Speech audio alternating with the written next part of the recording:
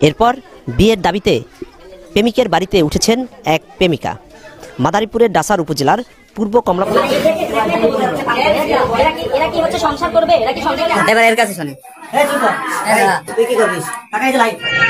Mobile রিচার্জের দোকানে এসে মোবাইল রিচার্জ করতে টাকা ভরতে আসে সেই মোবাইল রিচার্জের দোকানদারের সাথে পরকীয়ার লিপ্ত হলো এবং সম্পর্ক জড়িয়ে দীর্ঘ 5 বছর পরে কি ঘটনা হলো।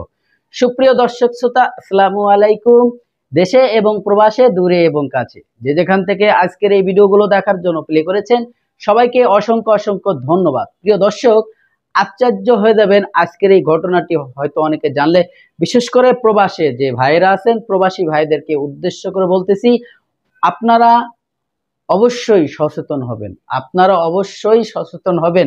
বিশেষ করে কিছু কিছু ভাই বিয়ের পরেই প্রবাসে চলে যান স্ত্রী সন্তানদেরকে ভালো রাখার জন্য, নিজের ফ্যামিলিকে ভালো রাখার জন্য, এবং আগামী দিন ভালো চলবে, ভালো কিছু করবেন দেখে সেই ভালোর আশায় আপনি যখন প্রবাসে চলে যাচ্ছেন আপনার সুন্দর স্ত্রীটাকে রেখে, তখন অনেকের স্ত্রী, অনেকের বউ হয়তো তার মন রক্ষা করতে পারে না, তার নিজেকে সে নিজে কন্ট্রোল করতে পারে না, সে যে কোনো লোকের সাথে হয়তো জড়িয়ে পড়ে পরকীয়া।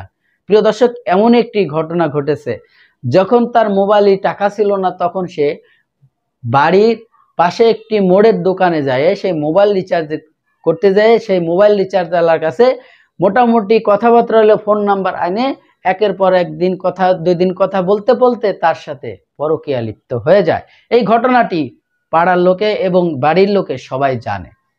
তাদের এই প্রেম অনেক দিন চলতে থাকে।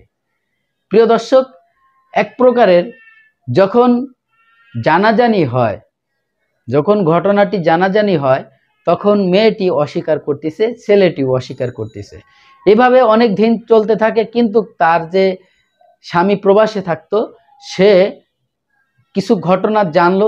জানার পরে তখন তার বউকে বলল যে তুমি নাকি ওই দোকানদারের সাথে এই ধরনের কাজ করছো এবং এরকমের কিছু প্রমাণ আমার কাছে আছে।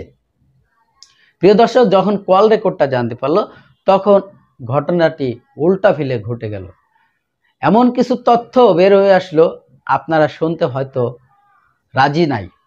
প্রিয় দর্শক, এখন কি ঘটনা হইল, যখন সেই পরকীয়া প্রেমিক উনি না স্বীকার করছিল যে ওর সাথে আমার কোনো সম্পর্ক নাই, ও হচ্ছে আরেকজনের স্ত্রী, সে আমার মোবাইলের দোকানে মোবাইল রিচার্জ করতে আসে, টাকা ভরতে আসে, এমবি ভরতে আসে, এই বিষয়ে তার সাথে কথা বলি। কিন্তু ঘন্টার পর ঘন্টা মোবাইল ফোনে যে কথা হয়, এই যে কল রেকর্ডগুলো যখন তার কাছে পৌঁছে যায়, তার স্বামীর কাছে প্রবাসে, তখনই ঘটে অন্য রকমের ঘটনা।